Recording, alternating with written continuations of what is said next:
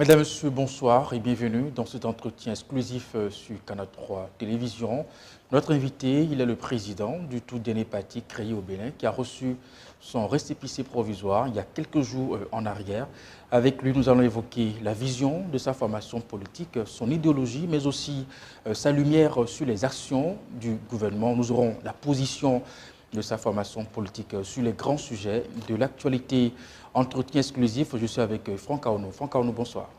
Bonsoir Eric Guédenon, chers téléspectateurs, bonsoir. Richard Boniorou, bonsoir. Bonsoir. Merci d'accepter notre invitation sur Canal 3 Télévision. Tout d'abord, comment vous sentez-vous à ce moment charnière de votre parcours politique? Je pense que je dois remercier l'ensemble des Béninoises et Béninois qui nous ont fait confiance tout au long de notre parcours et qui ont permis que cela aboutisse à la création de ce parti politique qui nous sommes à décourager, qui sont toujours restés à nos côtés et qui sont engagés jusqu'au dernier jour. Votre formation politique a reçu son récépissé provisoire il y a quelques jours en arrière. Ce sésame, d'autres partis politiques ont eu du mal à l'avoir. Comment vous avez fait? J'ai lu beaucoup de commentaires là-dessus. On m'a envoyé beaucoup de commentaires. Malheureusement, notre pays fait face à une crise de confiance, ce qui engendre une suspicion permanente. J'ai lu des commentaires divers. Mais il faut d'abord faire la chronologie des choses. Notre parti politique a commencé à se constituer depuis 2024. Au milieu de l'année 2024, nous avons déposé régulièrement nos dossiers auprès du ministère de l'Intérieur, qui est l'organe chargé en la matière. Chaque 2 mois, nous recevions des observations, toute forme d'observation, jusqu'à ce que, au tout début de l'année 2025, nous avons décidé en ce moment de rédiger, en répondant à une dernière observation qui nous demandait de mettre à jour des casiers judiciaires. Nous avons décidé d'écrire au ministère de l'Intérieur pour dire, bon, écoutez, vous avez gardé par devant vous des casiers judiciaires qui sont expirés et vous nous demandez maintenant de les mettre à jour. Donc cette dernière observation, nous avons écrit et nous l'avons envoyée au ministère de l'Intérieur. Et nous avons demandé une audience auprès du ministère de l'Intérieur pour les rencontrer afin de nous enquérir des vrais problèmes qu'a notre dossier. Ils ont accepté notre requête. Nous nous sommes présentés au ministère de l'Intérieur avec le directeur des partis politiques et le secrétaire général du ministère de l'Intérieur. Ce jour, la situation a été décantée. Parce que le secrétaire général a posé des questions rapides et le directeur des partis politiques a dit, bon, finalement, la seule chose que nous vous reprochons, c'est que vous n'avez pas fait un congrès en bonne et due forme. Nous avons dit, mais écoutez, nous pensions que nous étions en 2025, donc à l'ère du numérique, et nous avons fait un premier congrès avec nos membres, moi étant au Canada, d'autres en France et autres. Nous avons fait notre congrès dans un appel téléphonique, dans un vidéocall. Le second que nous avons voulu faire pour répondre à cette observation, vous savez, nous ont refusé. Nous n'avons pas pu le faire. Ça a été la question sur le palais des congrès. Maintenant, si vous voulez que nous fassions un congrès, délivrez-nous-en une autorisation en bonne et due forme et nous le ferons. Ils nous ont dit ce jour, il n'y a aucun problème. Si vous suivez les règles, nous vous accompagnerons. Effectivement, nous avons fait notre congrès et nous avons reçu notre récépissé. C'est pour dire quoi? C'est pour dire, nous sommes passés par plusieurs étapes, des péripéties. Mais nous sommes assez dignes pour ne pas nous retrouver dans la position victimaire. Pour ne pas nous victimer, vous cherchez à nous victimiser et commencer par pleurer sur les réseaux sociaux pour dire oui, Talon m'a encore frappé, Talon m'a encore giflé, Talon m'a encore refusé de prendre mon truc. Nous, ce n'est pas notre affaire. Nous sommes des personnes assez dignes. Donc voilà un peu. Alors, est-ce que dans le processus, à un moment donné, vous avez senti qu'on faisait tout pour vous empêcher d'avoir ce document, ce récépissé? On vous empêchait pour exister légalement? Je ne dirais pas, parce que nous avons le devoir de présumer à chaque fois de la bonne intention de nos autorités. Je ne dirais pas qu'il y avait un sentiment régulier de pouvoir nous empêcher. Mais je dirais que les conditions désormais pour avoir un récépissé sont assez, pour utiliser un mot banal, sont assez corsés. De sorte à ce que vous allez passer par plusieurs tests, par plusieurs filtres, qu'on jauge vraiment de votre état de responsabilité et du besoin que vous avez de réellement exister sur l'échiquier politique. Si vous vous abandonnez, c'est votre problème. Vous pensez que c'est une bonne chose pour notre démocratie? Parlant de démocratie, je pense qu'en réalité, il ne doit pas y avoir de réformes qui viennent étouffer l'expression populaire. Mais je pense aussi qu'on ne peut pas y avoir d'expression populaire qui ne soit pas assez encadrée pour éviter les dérives. Donc, est-ce que je pense qu'on doit corser davantage l'obtention d'un quitus pour un parti politique? Je pense que oui. Parce que nous avons vécu une époque ici au Bénin où, dans chaque rue, il y avait des partis politiques, où des personnes se levaient, dès qu'ils sont au chômage, créaient un parti politique, vociféraient 2 ou 3 fois et on les appelait, on leur donnait un marché ou un titre politique ou un titre administratif et ils se taisaient, ils ralliaient et faisaient des marches. Je pense que ça faisait un peu désordre. Aujourd'hui, la question est en train de se structurer avec beaucoup de faiblesse, bien évidemment. Il faut accompagner cela. C'est mon point de vue. Alors aujourd'hui, vous êtes à la tête de cette formation politique, le libéral. Alors, quelle est votre définition de ce concept de libéralisme dans le contexte politique béninois? Alors, définition du libéralisme, on ne va pas rentrer dans des questions purement théoriques, mais le libéralisme que nous prônons aujourd'hui est un libéralisme totalement équilibré, c'est-à-dire un libéralisme qui est adapté à nos réalités politiques. Cela veut dire un marché ou une économie ouverte, mais suffisamment protégée pour éviter que notre économie ne s'expose. Des libertés garanties, mais encadrées et structurées. Un État facilitateur, mais juste et stratège. Parce que nous pensons que l'État, s'il n'est pas stratège, il ne peut pas arriver à réguler avec beaucoup de munitions la société pour que chacun puisse en tirer profit. Donc un État stratège, mais juste. Et surtout un État facilitateur. Donc voilà, de façon résumée, ce que nous entendons par notre libéralisme pour pouvoir faire bouger le pays. Alors, Richard Boniworo, vous êtes membre du Parti libéral du Canada. Si je me trompe, dans mes notes, j'ai pu avoir cela comme précision. Mais est-ce que l'écosystème politique aujourd'hui de notre pays nous permet de prôner cet idéal-là que vous amenez au Bénin, que vous transportez, je pourrais dire, du Canada au Bénin? Ça peut prospérer au Bénin, vous le pensez?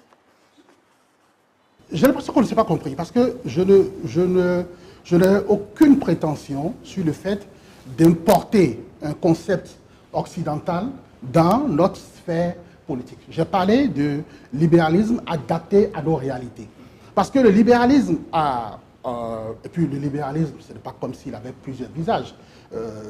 Déjà, dès lors que nous sommes en démocratie, la démocratie est un régime totalement libéral. Donc le libéralisme ne date pas d'aujourd'hui. C'est parce que les Béninois n'en connaissent pas réellement les fondamentaux ainsi que tout ce qu'il faut pour y aller. Bon.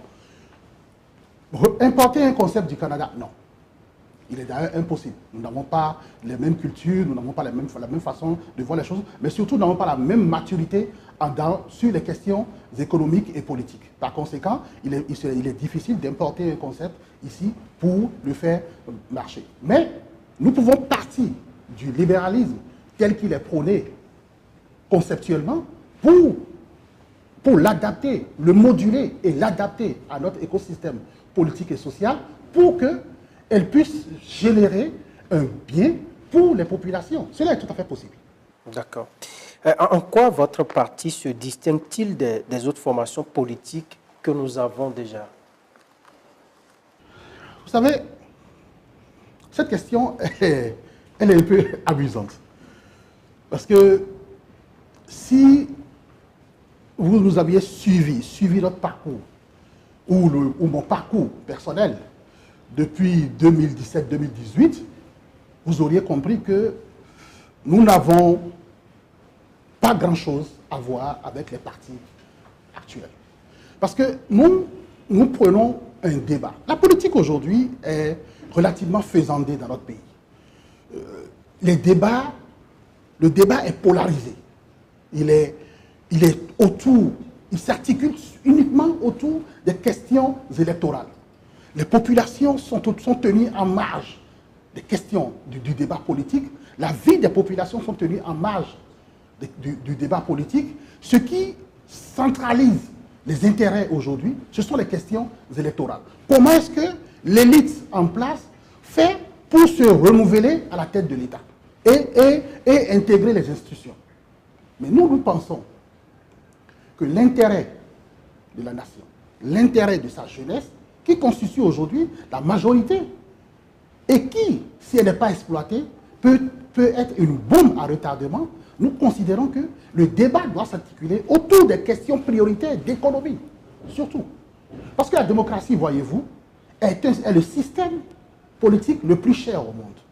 Puisqu'il faut payer les institutions, il faut pouvoir mettre en place un État-providence, il faut pouvoir accompagner les investisseurs, il faut un État qui, malgré qu'il soit un État régulateur, facilitateur, puisse en quelque sorte, des fois, investir dans l'économie pour faire émerger des possibilités. Donc, il faut que ces débats-là, qui sont des débats fondamentaux, puissent être animés dans le territoire. Mais malheureusement, nous remarquons que nos politiciens, et même, vous allez me l'excuser, les journalistes sont devenus experts des questions constitutionnelles. Et les vraies questions qui tiennent compte de notre développement, de notre quotidien, sont mises en périphérie. Donc nous, oui, nous ne sommes pas venus accompagner les autres dans leur guerre que nous trouvons un peu picocroline. Nous ne sommes pas venus les accompagner dans cette guerre-là. Mais nous sommes venus apporter un débat sérieux sur l'échiquier politique. Donc il y a une forte différence. Et sur cette base alors, quelles sont vos priorités déjà à la tête de cette formation politique aujourd'hui? Personnellement, ma première priorité, c'est d'engager un débat sur la question économique. Et par là, par extension, sur la question de l'emploi. Comment est-ce que nous concevons l'emploi dans notre pays? Parce que bien évidemment, quand vous entendez partout les politiciens de tous ordres, quand ils viennent à la télé, ils disent sur la question de l'emploi, sur la question de l'emploi. Nous nous battons pour la question de l'emploi. Mais l'emploi ne doit pas toujours être une question. Il est temps que l'emploi soit une réponse, une solution. Donc nous voulons engager, moi personnellement, je vais engager des débats sur cette question-là. Comment est-ce que nous, au niveau de l'État, respecte l'emploi, crée de l'emploi, mais protège aussi l'emploi. Nous devons avoir un État protecteur. Donc nous voulons engager ce débat-là, et ça passe aussi sur des questions économiques. Quelle orientation est-ce que nous donnons à notre économie? Bien évidemment, Patrice Talon a fait un petit bout ces dernières années. On ne peut pas lui dénier ça. Il a fait un petit bout sur les questions économiques. Notre pays est devenu attractif pour les emprunts, pour la dette. Oui, donc. On aura le temps tout à l'heure justement de prendre votre lecture sur les grandes actions phares du gouvernement. Mais avant, aujourd'hui, le parti est créé, le récépissé est là, mais on a du mal à vous catégoriser en termes de positionnement sur l'échiquier politique. Le libéral se trouve à quel niveau? Vous savez, cette question ramène d'abord à un problème. Il y a le clivage Yahi-Talon qui rend difficile aujourd'hui l'accès à toute personne portant une forme de neutralité sur l'échiquier politique. On nous demande, soit vous êtes avec Talon, soit vous êtes avec Yahi. Mais quand vous dites, nous sommes des Béninois avant tout, et que nous sommes des politiciens responsables, on dit, non, vous devez dire, où est-ce que vous êtes? Mais je vais être clair avec vous. Le Parti libéral, en premier lieu, n'a, jusqu'à ce jour, et si les choses continuent telles qu'elles sont, n'aura aucun lien avec un parti de l'opposition, et en l'occurrence, le Parti des démocrates. Ça, c'est clair et net. Pourquoi ce choix? Surtout, quand on voit la scène qui s'est passée ce week-end, où un parti qui manque à son devoir, celui de mettre sur la table des débats, de mener des actions concrètes pour pouvoir exister, qu'est-ce qu'ils font? Ils vont commander une messe, c'est-à-dire prendre en otage la religion et manipuler les masses pour servir une seule personne, d'autant en l'occurrence Yaya Boni, pour qui la position victimaire est devenue la meilleure stratégie. Est-ce que vous n'êtes pas un peu dur avec cette formation? La situation l'exige. La situation exige d'être dur et être clair. Parce que vous m'avez demandé d'être clair et précis. Je suis en train d'être clair et précis. La situation l'exige. Parce qu'à des moments donnés, vous savez, dans la politique et surtout dans notre pays, il y a une forme d'hypocrisie. Il y a une forme d'hypocrisie qui fait que on veut dire les choses, mais on les maquille. Moi, je n'ai pas cette habitude-là. Je dis les choses clairement. Parce que, vous voyez, pendant les 10 ans de Yaya Boni, qu'est-ce qu'on a fait? On a manipulé les populations, on a fait sortir nos moments dans les rues pour faire des marches, les jeunes gens dans les rues, pour qu'après, quelqu'un vienne se poser en victime. Mais derrière, il n'y a pas grand-chose. On est allé même jusqu'à dire, je vais faire venir mes gens du Bénin profond. Et en nous exposant, nous qui sommes du Nord, à un moment donné, on nous a exposés. En prétendant que c'est nous, peut-être, en mettant dans la tête des populations, que c'est le Nord qui est privilégié. Mais pendant ce temps, c'est Patrice Talon qui était milliardaire, c'est M. Adjavon qui était milliardaire, c'est M. Aouré qui était milliardaire, aucun milliardaire au Nord. Mais on a prétendu que c'est le Nord qui dirige le Bénin, et ainsi de suite. Après 10 ans, c'est rebelote. On a sacrifié les jeunes gens. Aujourd'hui, il y en a plusieurs qui sont en prison. Qu'est-ce qu'ils deviennent? Je me souviens, je ne sais pas si c'est en 2019 ou en 2021, il y a un jeune qui a ramassé une bombe lacrymogène qui lui a pété le bras. Ce jeune gens, qui est aujourd'hui handicapé, qu'est-ce qu'il devient? Personne n'en demande plus. Ces jeunes gens-là, qui sont agglutinés dans les prisons, qu'est-ce qu'ils deviennent? L'opposition accuse le gouvernement. De quoi? De militariser les rues. Quand vous voulez faire un coup d'État par la rue. Vous dites quoi? Quand vous voulez faire un coup d'État par la rue. Qu'est-ce que vous faites dire ça? Si moi je suis est-ce que vous pensez que si demain moi je suis au pouvoir? Vous pensez que ces événements que nous avons vécus en 2019, c'était un coup d'État qui se préparait? Moi je pense que si on avait laissé ces jeunes gens un parti plus loin, ils auraient pris le pouvoir par la rue. Je ne suis pas en train de dire donner un blanc-seing à Patrice Talon là-dessus. Non, ce n'est pas mon objectif. Parce qu'il y a quand même un état de fait. Mais avant 2019, souvenez-vous, Patrice Talon n'avait pas entamé toutes ces réformes qui sont aujourd'hui chrysogènes, il ne les avait pas entamées. C'était la révision de sa fameuse constitution qui permettait d'avoir un mandat et qui faisait ceci, qui faisait cela. Et dont il accuse même les gens aujourd'hui de n'avoir pas lu le projet avant de le rejeter. Mais quand Patrice Talon est venu au pouvoir tout récemment, vous vous souvenez très bien, il y avait beaucoup de marches avec notre jeune frère qui est maintenant en France, Léon Mbadi, il y avait eu beaucoup de marches. Toutes ces marches-là passaient. Mais les slogans que portaient ces marches-là étaient un peu dérisoires, déshonorables pour notre pays. Adjoto, bandit, ouais, des trucs comme ça. Mais il était président. Donc vous diront que nous sommes en démocratie et c'est une forme de liberté d'expression. Non, je suis désolé. La démocratie, c'est une question de responsabilité. Et l'opinion doit être responsable. À partir du moment où vous présumez d'un délit sur une personnalité, à un moment donné, il faudra bien en répondre. Donc, il n'est pas... Moi, je suis un enfant très bien éduqué. Ma mère, père, son âme, m'a très bien éduqué. Et en aucun cas, je ne prône la violence, la haine, contre une personne même que je ne connais pas. Après ça, je ne connais pas. Alors, pourquoi est-ce que, pour revendiquer quelque chose, je ne dis pas la chose et je dirais, c'est un voleur, c'est un bandit, mais non. Ce monsieur a des enfants aussi. Il a une famille qui regarde la télé, qui va se dire à un moment donné, mais qu'est-ce qu'il a fait autant, notre père? Alors, si M. Richard Boni Ouro, si fait sortir Réki Amadougou de la prison, on n'a pas fait une messe, ça vous dérange? Si dénoncer, aller dans les rues pour marcher, tenir des slogans assez durs, ça vous dérange? Vous proposez? Vous pensez que dire à Jotawe, ça veut dire c'est pour faire sortir Réki Amadougou? Non, mais parce que permettez-moi de bien comprendre. Permettez-moi de bien comprendre. Non, mais vous avez dit aussi sortir dans les rues. Parce que moi, ce que je dis, j'ai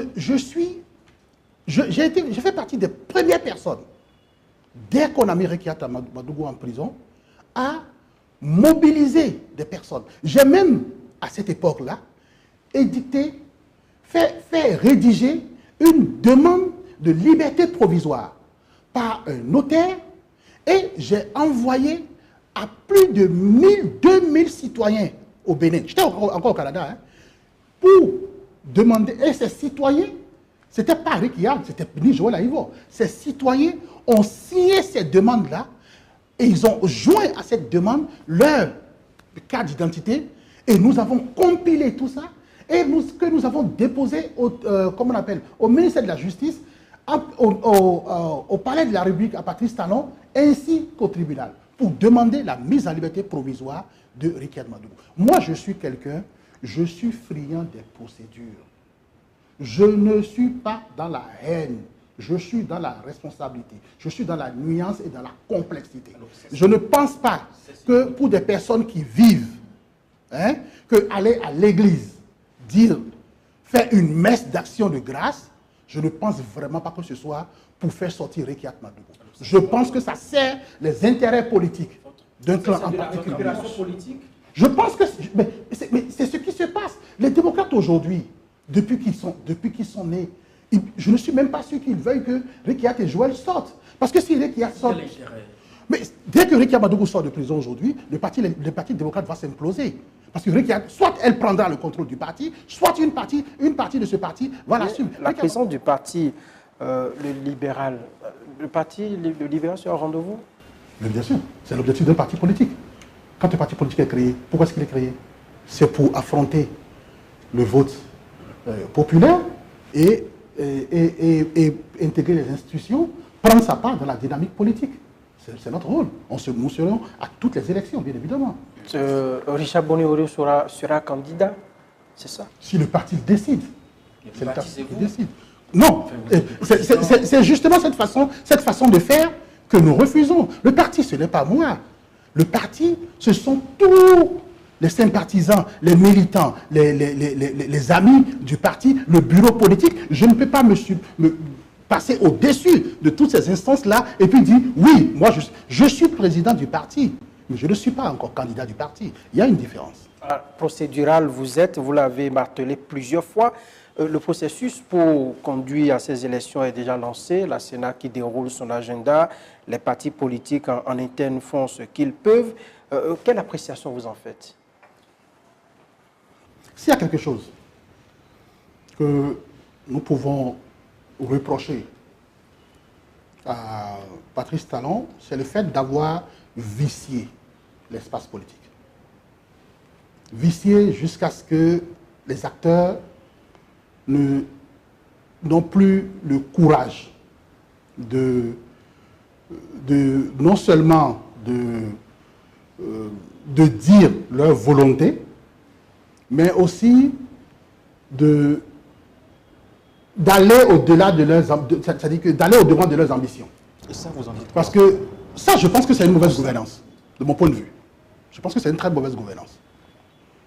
Parce que il faudrait pas que l'opinion soit conservée, appuyée jusqu'à ce qu'un jour, elle s'explose. Donc, je pense que ce n'est pas du tout une bonne chose. Il faudrait que l'expression soit libre, que les gens puissent être libres de porter leurs ambitions. Dire que nous sommes candidats, ça devrait être la chose la plus naturelle dans un pays, tant qu'on est régulier et qu'on rentre dans toutes les cases, on coche toutes les cases. Aujourd'hui, ce n'est pas le cas. Et c'est un peu dommage. C'est beaucoup dommage. Oui, mais lorsqu'on a élaboré des principes qu'on s'est donné soi-même, on on dit dans les partis politiques désormais, c'est le parti qui est plus fort, c'est le parti qui décide. Et vous, individu de ce parti, membre influent, vous vous levez, vous dites je suis candidat, Tantampion demain se lève, dit je suis candidat, Paul et puis Jacques se lève, je suis candidat. Est-ce que véritablement vous allez évoluer vers... Il faut analyser la chose sur deux aspects. Oui. Il y a le fait que la nouvelle loi exige aux partis de présenter des candidats. Mais la loi ne dit pas que c'est seulement au sein des partis que peuvent être issus les candidats. Il peut y avoir des candidats libres, surtout pour l'élection présidentielle. Alors, mais jusque-là, il n'y a aucun candidat libre, hein, en dehors des candidats périphériques, qui ait eu la force, le courage, l'audace de dire « je veux y aller ». Donc ça, je pense que c'est une faiblesse pour notre démocratie, qu'il faut corriger très rapidement pour éviter que ce soit une bombe à retardement. Monsieur Richard Bonibourou, vous nous avez confessé votre volonté de participer aux élections générales. Aujourd'hui, au niveau de votre formation politique, vous en êtes où? Avec quels moyens vous voulez participer à ces élections? Avec les moyens qui sont mis à la disposition de tous citoyens. Nous avons un projet à vendre, nous avons l'énergie qui va avec. Maintenant, si vous trouvez que nous sommes assez pauvres, je vous dirai, attendez de voir. Nous avons compris tout à l'heure déjà un peu votre position avec le parti les démocrates, mais si dans la perspective de ces élections générales, il vous était donné de choisir une formation politique avec qui il faut coaliser, ça va être quelle formation politique? En ce moment, nous verrons les partis dont la vision cadre avec la nôtre et puis nous irons avec. Nous avons en la matière des principes, nous avons des options à mettre sur la table et une fois qu'un parti coche toutes les cases, eh bien, nous irons avec eux. Nous n'avons pas de différence à faire. Et les démocrates ne sont pas dans cette... Nous ne les trouvons pas assez structurés. Vous savez, moi, je vais vous dire une chose. Moi, je pense que l'opinion politique doit être responsable. Elle ne doit pas être mobilisée par la haine, la violence. Et moi, personnellement, je trouve ce parti très peu structuré. Alors, dans un communiqué récemment, vous avez expliqué votre volonté d'aller au contact des autres formations politiques, chose que nous avons appréciée parce qu'avec votre existence légale aujourd'hui, il faut créer un cadre d'échange avec ces formations politiques. Avec cette position déjà un peu tendue avec les démocrates, est-ce que ça va se faire? Si les démocrates, c'est pas parce que c'est ce que je vous ai dit. Nous sommes dans le débat, dans le dialogue. Si les démocrates nous invitent à la suite de notre et qu'ils sont suffisamment mûrs pour ne pas être rancuniers, mais nous irons. Maintenant, s'ils montrent qu'ils manquent de maturité et qu'ils préfèrent la rancune au dialogue et à l'ouverture, ils ne vont pas nous inviter. Qui fait la démarche ou ce sont les démocrates qui vont... Nous avons déjà envoyé le courrier à leur siège. Vous attendez le retour. Nous attendons le retour.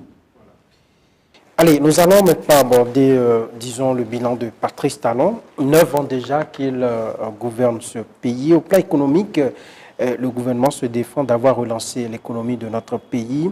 Vous, Richard Bonibourou, économiste, c'est bien cela. Quelle appréciation faites-vous de la situation économique de notre pays et quelle politique libérale proposez-vous pour concilier croissance économique et justice sociale? Alors, c'est bien dit, croissance économique et justice sociale. Vous savez, le bilan des 9 dernières années de Patrice Talon est relativement mitigé. Il y a un bilan économique qui est là, qui est en progression, qu'on peut aimer ou non, mais qui est là.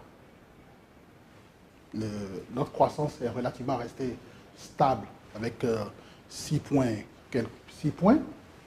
Nous avons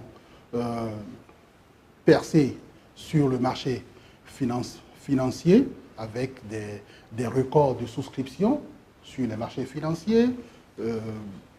Très tôt cette année, 1 milliard de dollars en moins de 12 heures de souscription. Donc je pense que sur ce plan, il y a un marché qui s'ouvre, il y a une économie qui se veut dynamique et qui reçoit une lettre de noblesse. Mais maintenant, revenons à l'intérieur. La croissance dont il est question, et j'en ai suffisamment écrit là-dessus, n'est pas équilibrée.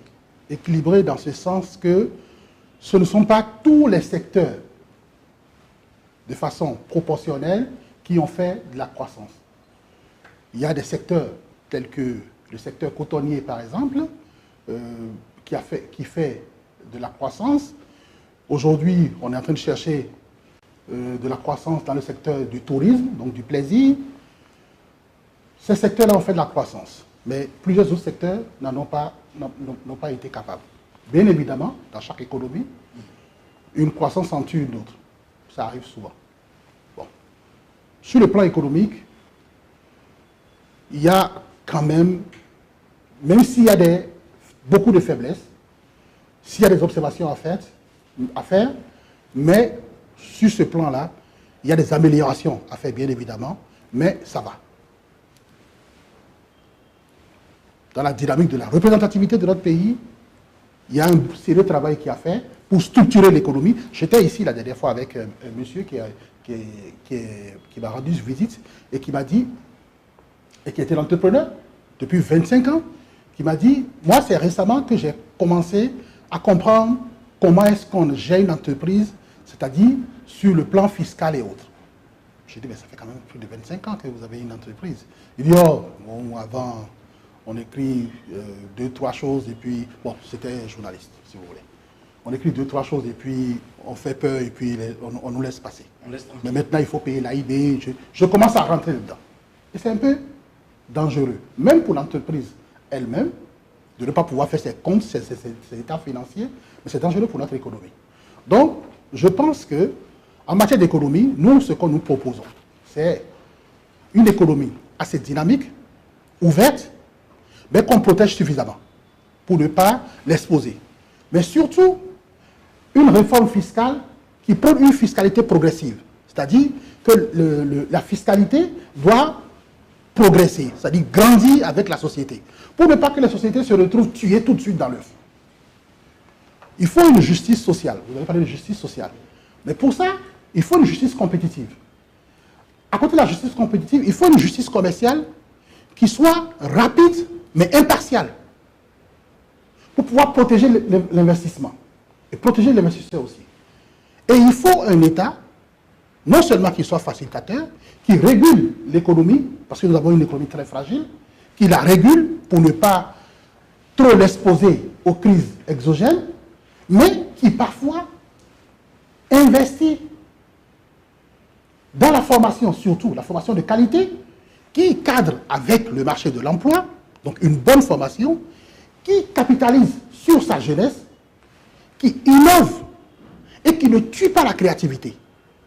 Parce qu'il ne peut pas y avoir d'économie solide si toutes les innovations qui puissent permettre à cette économie-là de décoller ne sont pas prises en compte. Donc la créativité est importante, elle est au cœur. Mais la formation aussi. Parce qu'on s'étonne souvent que, en Chine par exemple, que les Chinois, beaucoup de sociétés se soient délocalisées en Chine.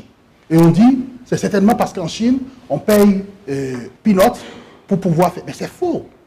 C'est parce que, quand vous regardez aujourd'hui, la Chine n'est pas au plan salarial, n'est pas plus moins cher que le Bénin. Mais c'est parce que si vous prenez un petit Chinois, que vous lui faites un schéma de circuit électrique, et que vous lui donnez, ou de circuit électronique, que vous lui donnez, il va vous faire tout l'assemblage, et même mieux que ce qui est sur le schéma. Donc ça pose la question de la formation. Mais une formation qui rencontre les besoins du marché de l'emploi. Ceci est très important. À côté de ça, comme je le disais, il faut une justice commerciale, compétitive, rapide et impartiale, qui permette à l'investisseur, dès qu'il a des bisbilles, qu'il aille voir, qu'il aille vers au tribunal, qu'on lui règle son problème rapidement pour qu'il puisse continuer ses activités. En tout cas, on a évoqué tout à l'heure que du côté du gouvernement, on se défend justement d'avoir relancé notre économie. Par contre, certains critiques pensent que Patrice Talon n'a rien fait d'extraordinaire. Vous avez la question de la dette, les emprunts à l'échelle internationale. J'ai déjà lu plusieurs fois des publications sur votre page. Vous avez critiqué cette façon justement de se faire de l'argent ou de chercher de l'investissement. En réalité, si vous avez bien lu mes critiques, les critiques ne sont pas concentrées sur la dette. Parce que la dette est un effet de levier. Donc, ce n'est pas la dette qui est le problème. C'est la qualité non seulement de la dette, et son affectation optimale. Et dans ce qui se fait aujourd'hui, comment vous expliquez ça? Ça reste encore, de mon point de vue, un peu opaque. J'ai visité la dernière fois la GDIZ. J'ai vu qu'il y a un grand investissement qui est concentré là-bas. Et c'est un projet très, très novateur d'ailleurs, qu'il faut encourager.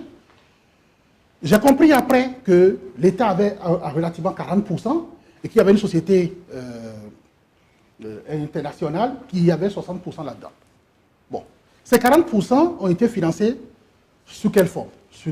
Je suppose que c'est sur de la dette. Bon, c'est très bien, c'est producteur.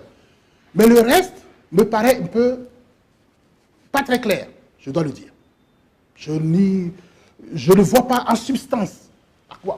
Certes, il y a beaucoup de routes qui ont été faites, il y a beaucoup de réformes aussi, parce qu'il ne faut pas oublier que les réformes sont très coûteuses dans leur mise en œuvre, il ne faut pas l'oublier.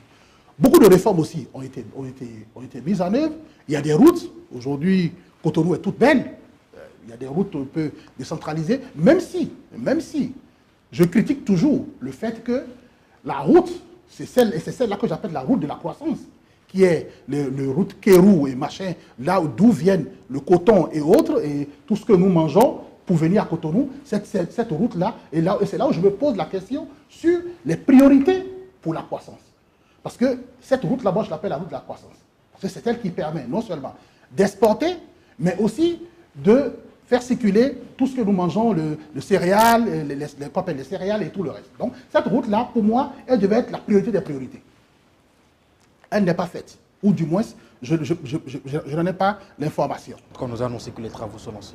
Bon, normalement, ces travaux ne devaient pas être lancés même avant que Cotonou ne soit à son état actuel. Je pense que les travaux devaient... C'est qu'il fallait commencer par... Ça devait être la première chose, puisque c'est de là que nous drainons les capitaux étrangers que nous avons pour pouvoir investir dans le pays. Donc, cette route-là devait être la priorité des priorités, selon moi. Voilà. Allez, nous allons maintenant parler gouvernance politique. Eric, c'est absolument, avec la réforme du système partisan. Qu'en dites-vous? Vous savez, je suis politologue. Absolument. Je suis politologue. Et pour moi, je pense que, déjà, dans les termes dans lesquels les réformes formulées sont incompétents. Totalement. Parce que vous ne pouvez pas réformer une théorie par une réforme politique. Une autre théorie peut venir remplacer une théorie ou faire progresser une théorie. Mais le système partisan est une théorie politique. C'est un principe qui permet d'étudier l'interrelation entre les partis politiques. Comment est-ce que les idéologies s'articulent les unes autour des autres? Comment est-ce que le système politique est fait? Ça permet de faire une relative cartographie. Donc, c'est un principe. Déjà, quand moi j'ai appris ça, je dis, mais qui est-ce qui a fait ça? Vous le savez. Hein? Vous le savez. Je peux faire ne pas le savoir parce que c'est quelqu'un que je trouve tellement honorable que parfois, vous savez... on revendique ça comme la plus grande réforme politique. Donc, je sais que c'est il y a l'initiative, donc l'initiateur, et maintenant, comment est-ce qu'on va dire ça, et celui qui concrétise l'initiative. Patrice Talon n'a pas la prétention d'être juriste, ou du moins c'est politologue. Donc je pense que c'est quelqu'un qui a dû écrire cette réforme-là et qui l'a nommée réforme du système partisan. Donc, je me dis, mais comment est-ce qu'on peut parler de réforme du système partisan? Le code électoral, c'est encore bon. OK? Mais réforme du système partisan, c'est un peu trop posé, de mon point de vue, en tant que politologue, bien évidemment. Mais, pour revenir au contenu lui-même, je pense qu'il y a ça porte beaucoup de faiblesses. Surtout dans un pays où il y a une crise de confiance existentielle et dans un pays dans lequel la suspicion est devenue aujourd'hui un indicateur pour évaluer la qualité des opinions. Je pense que une réforme telle qu'elle est aujourd'hui, qui force les uns dans les bras des autres et qui définit des mouvements qui permettent à certains mouvements d'évoluer comme grands, même s'ils ils ont des pieds d'argile, mais de se définir comme grands, et qui met en périphérie d'autres, ou qui refuse carrément à d'autres mouvements de venir sur la scène politique. Je pense que cette réforme-là, de mon point de vue, est à reprendre totalement, tant sur la forme que sur le fond. Richard Boniworou, président du parti le libéral, vous avez développé votre perception de la réforme du système partisan tout à l'heure. Et qu'en est-il alors du code électoral? Vous savez, je suis de ceux qui pensent que une loi, quel qu'en soit son objectif, ne doit pas tuer l'initiative. Autant elle ne doit pas tuer l'initiative qu'elle doit plutôt susciter la confiance des populations. Le code électoral aujourd'hui, et avec le débat qui est animé autour, tend à tuer l'initiative, non seulement tuer l'initiative, mais à perdre la confiance des populations en la chose. Et c'est là où elle risque de perdre sa légitimité. En conséquence, je suis pour que dans un débat constructif, apaisé, sans aucune violence, sans animosité, sans haine, et avec toute la sincérité qu'il faut, que nous allions à la table, pas de négociations, mais de la révision de ce code-là. À la table de la révision, pour que, dans une démarche totalement consensuelle et apaisée, nous puissions mettre sur la table les craintes, toutes les craintes des uns et des autres, en tirer le potentiel et prendre des instruments de là pour régler cette question-là une fois pour de bon. Qu'est-ce qui vous dérange dans le code électoral que vous auriez souhaité que l'on revoie avant les élections? D'abord, sur un plan purement statistique, les 20% sont irréalistes. Parce que les statistiques sont claires là-dessus. Qui est-ce qui a déjà eu ça? Qui est-ce qui a déjà fait ça? Et l'autre côté, c'est qu'on ne peut pas dire, ensemble, deux partis ou trois qui font alliance, doivent avoir une moyenne plus basse qu'un mouvement qui s'en va seul. C'est totalement contradictoire. Mais ce n'est pas parce qu'on n'a pas fait les 20% une fois déjà qu'on ne peut jamais le faire. Je suis d'accord avec vous. Je suis d'accord avec vous que l'électorat est dynamique. Voilà. Hein? Et qu'on peut, mais ce n'est pas pour autant qu'on peut quitter de 10% pour 20%, alors qu'il y a une croissance des partis politiques qui vont désormais aller gratter un peu partout dans cet électorat. On dit les élections, le libéral n'est pas sûr d'engranger. Ce n'est pas ce que je sais de dire. Est-ce que vous pourrez l'avoir? Oui. Nous, aujourd'hui, nous sommes prêts et outillés pour toutes les situations. Alors, que tous les partis en face... Ce n'est pas parce que nous, non. Vous savez, nous sommes une formation qui se repose beaucoup sur des bases purement démocratiques. Okay. Ce n'est pas parce que nous pouvons le faire et que cela dérange nos adversaires politiques que nous n'allons pas accéder à leur requête. Vous en avez déjà? Vous avez déjà des adversaires politiques avec quelques mois ou quelques années de... Nous sommes une formation politique sur un échiquier politique où il y a plusieurs autres formations politiques qui n'ont pas les mêmes visions que nous. À partir de ce moment, nous avons forcément des adversaires politiques. Ça, c'est tout à fait naturel. Si vous ne partagez pas votre vision politique... L'adversité, il faut faire la nuance. Il y a adversaire puis il y a ennemi. Nous n'avons pas d'ennemi. Nous n'avons aucun ennemi. Nous discutons avec tout le monde. Mais sur le plan de la vision, il y a forcément des adversaires. Nous ne pouvons pas, par exemple, nous, libéraux, aller avec des communistes. Non, c'est impossible. Nous sommes libéraux du centre-gauche. Nous ne pouvons pas aller avec des gens qui sont de l'extrême droite, par exemple, ou de l'extrême gauche, par exemple. Ils sont, dès lors, des adversaires seulement sur l'échiquier politique.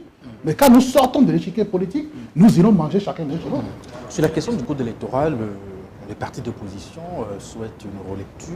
Est-ce que le parti, le libéral, peut mener ce combat à leur côté pour que le gouvernement puisse être sensible à cette démarche? Je ne pense pas. Vous savez, c'est là où, dans notre pays, les débats sont mal posés. Parce que il s'agit là d'un instrument législatif. Il s'agit là d'un instrument législatif. Mettons d'abord le cas de concertation. Le code électoral est un instrument législatif.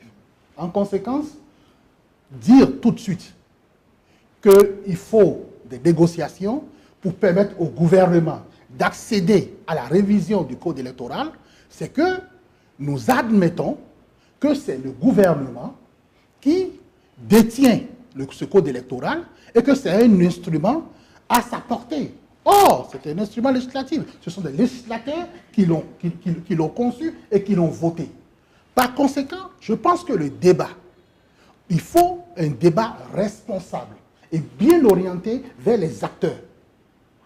Ce débat-là, pour moi, en premier lieu, et ce n'est pas faire preuve de naïveté, en premier lieu, est un débat éminemment politique tourné vers les acteurs législatifs.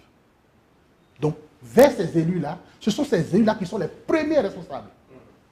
Donc, c'est vers eux qu'il faut se tourner pour faire ce débat-là. Entre législateurs, et c'est aussi un débat national. Donc, il faut se tourner vers les acteurs de l'Assemblée nationale, ceux qui ont conçu et voté et mis en œuvre cette loi, et aussi que la population en soit informée, et que si la population veut en prendre le leadership, que cela leur soit ouvert. Mais c'est d'abord un débat politique et c'est un instrument législatif. Nous allons évoluer à présent sur les questions de liberté syndicale, les questions individuelles. On critique le gouvernement de Patrice Talon de recadrer, d'encadrer beaucoup les libertés dans notre pays. Ouais, je pense que sur ce plan, c'est un secret de polichinelle.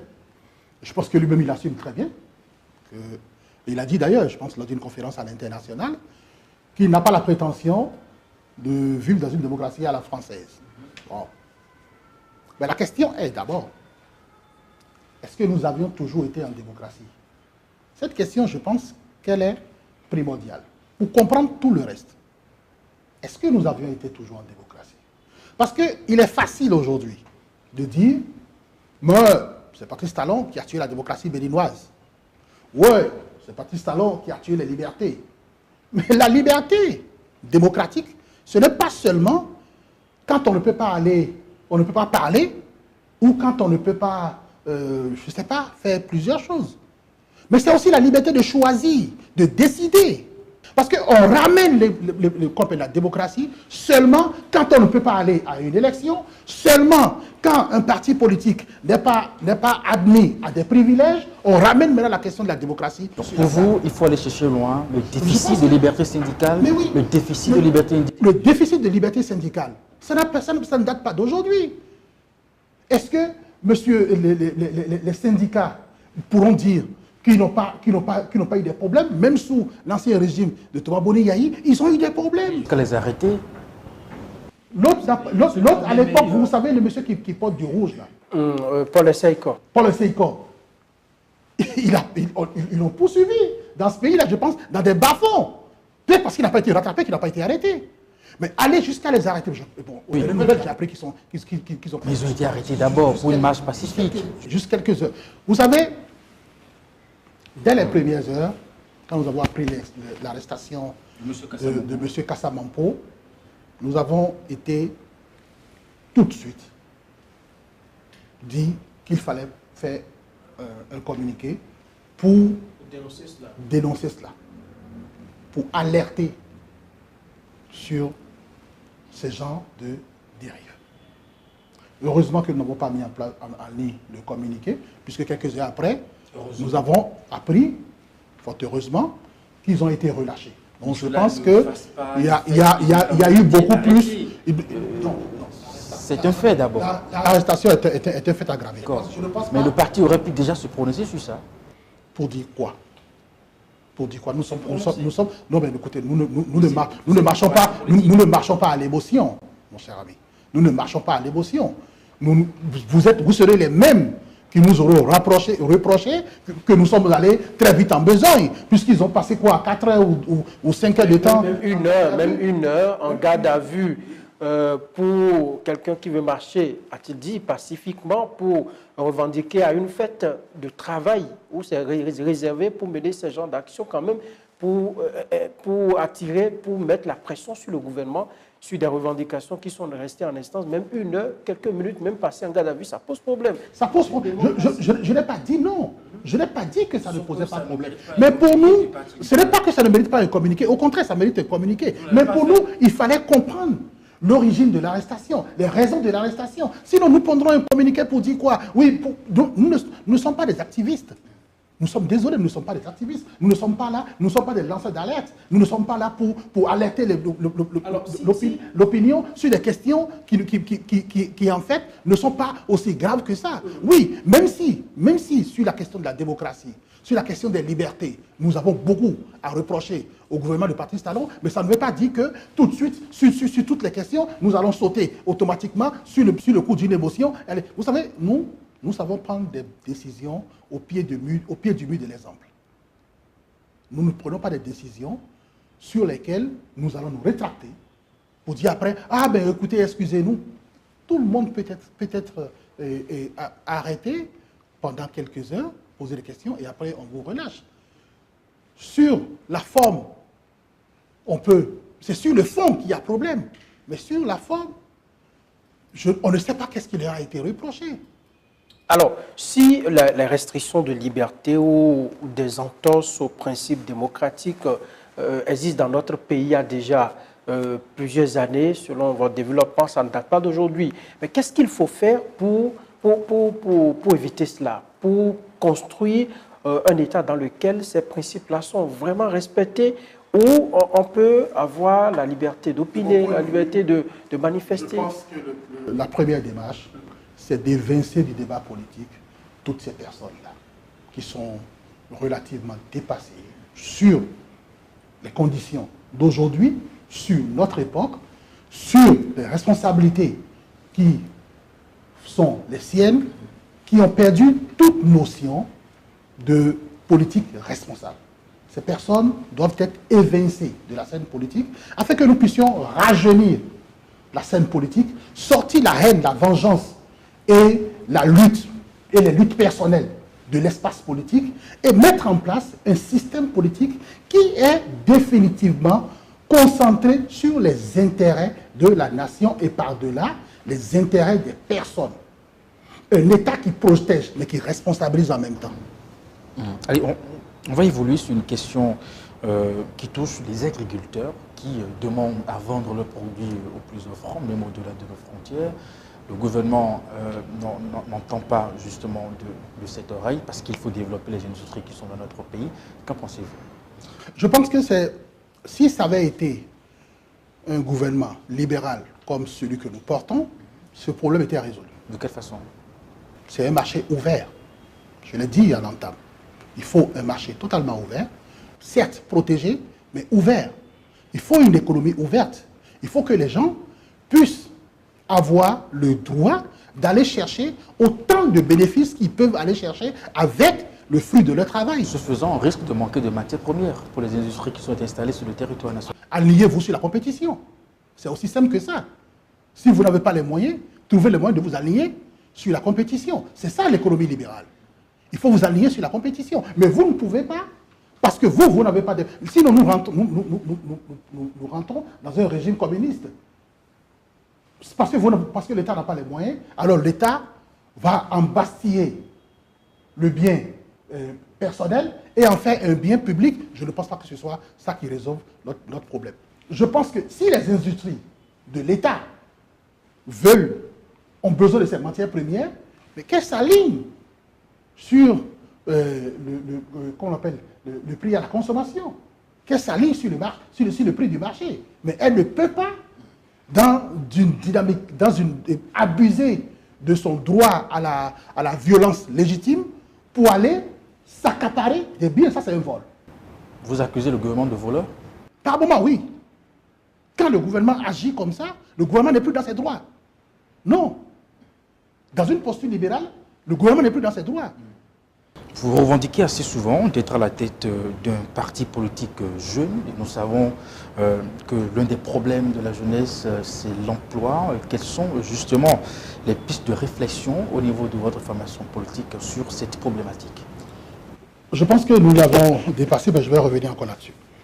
Vous savez, l'emploi aujourd'hui dans notre pays est un sérieux problème. Et l'emploi est un problème parce que non seulement les formations ne sont pas adéquates. Quand vous rentrez ici à l'université d'Abomey Calavi, il y a 1000, 2000 personnes qui sont en fac d'espagnol, alors que le pays même, si ce n'est pas récemment, le pays avait fait relativement faillite, la langue n'est plus ce qu'elle est, mais les gens s'agglutinent dans des amphithéâtres pour ça. L'anglais, on n'en parle pas. Au XXIe siècle, avec tous les réseaux sociaux, je ne vois pas pourquoi est-ce qu'on irait étudier l'anglais en faculté. Ça n'a plus de sens. Et il y a beaucoup de matières comme ça, qui ne tiennent pas compte du marché de l'emploi. Donc, il faut une orientation sur les questions de formation. Il faut des formations sérieuses. Mais à côté de ça, il faut aussi une justice compétitive qui protège l'investissement. Et il faut, d'abord, je l'ai dit, sous Yahi Boni, et je le dis encore, sous Patrice Talon, c'est un peu voilé peut-être, mais le pont entre le milieu des affaires et la politique doit céder. Il faut que ce pont-là cède pour que l'investissement privé soit protégé. Parce que, vous vous souvenez encore, en 2016, comment se fait-il qu'après Yahi Boni, tous les hommes d'affaires soient rentrés en politique pour aller protéger leur investissement? Adjavon, Aouré,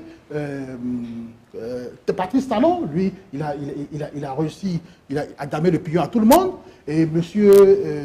Rodriguez, qui est aux États-Unis. Et tous sont entrés. Quand un homme d'affaires rentre en politique, c'est pour les payer ses intérêts. C'est ce que vous faites, puisque vous êtes aujourd'hui en politique. Moi, je suis politologue.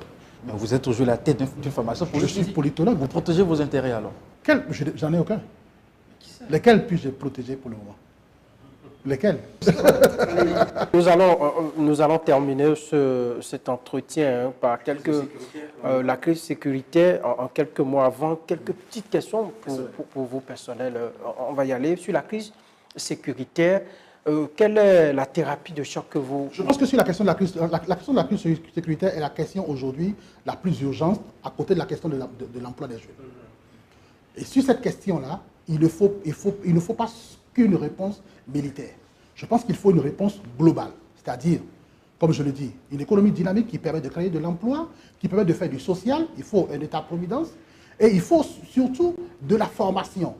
Il faut de la formation. Il faut de l'information et de la formation. Parce que les jeunes gens qu'on vient prendre comme ça, ils sont nourris de frustration, ils ne sont pas formés, ils n'ont pas d'emploi et ils ne sont pas pris en compte au sein de la société. Ils sont en marge de la société, sinon même de la démocratie.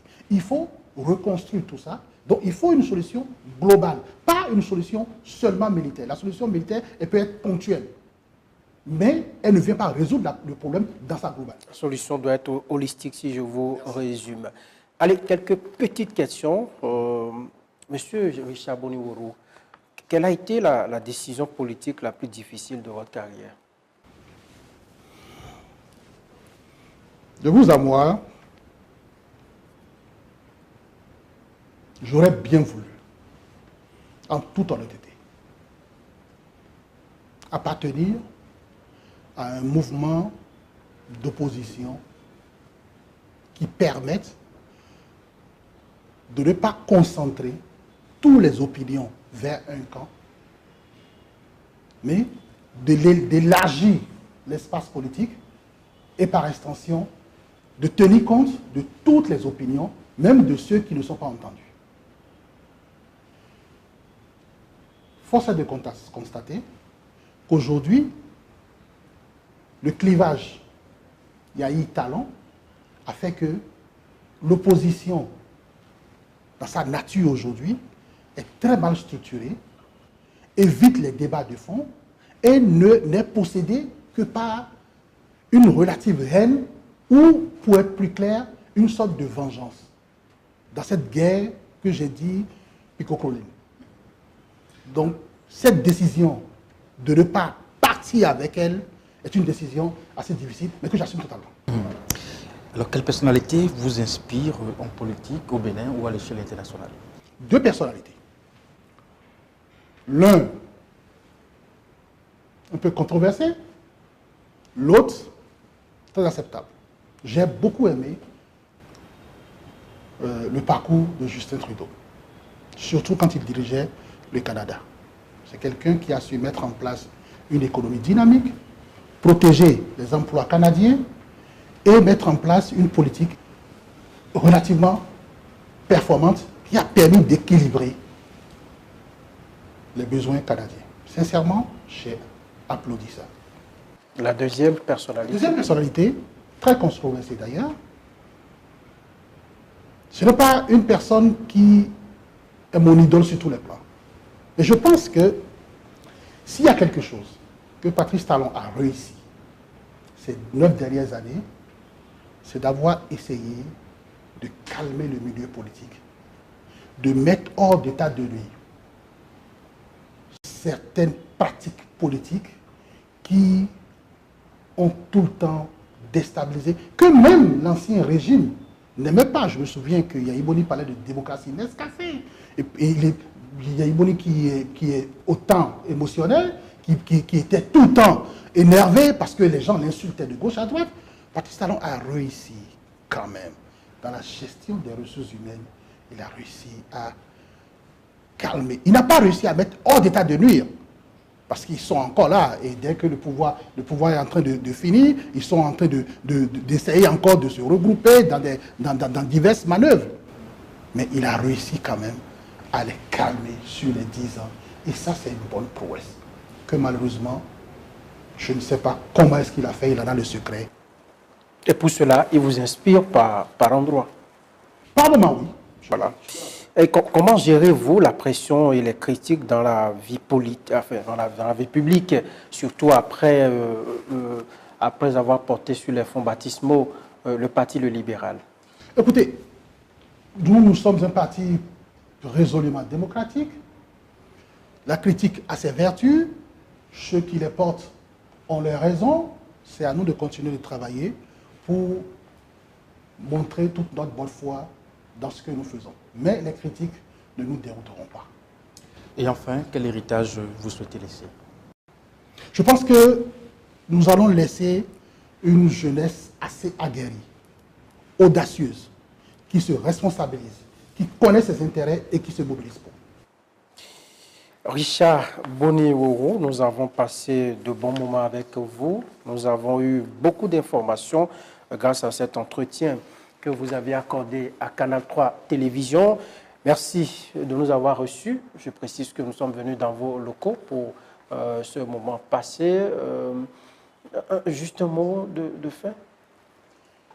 Je voudrais dire simplement qu'à la fin de son mandat, M. Patrice Talon tienne la main de son ami Yaïboni et que les deux partent pacifiquement et nous laissent le pays. C'est la fin de cet entretien exclusif avec le président du Parti Le Libéral. Merci de nous avoir suivis et bonne suite des programmes sur Canal 3 Télévision.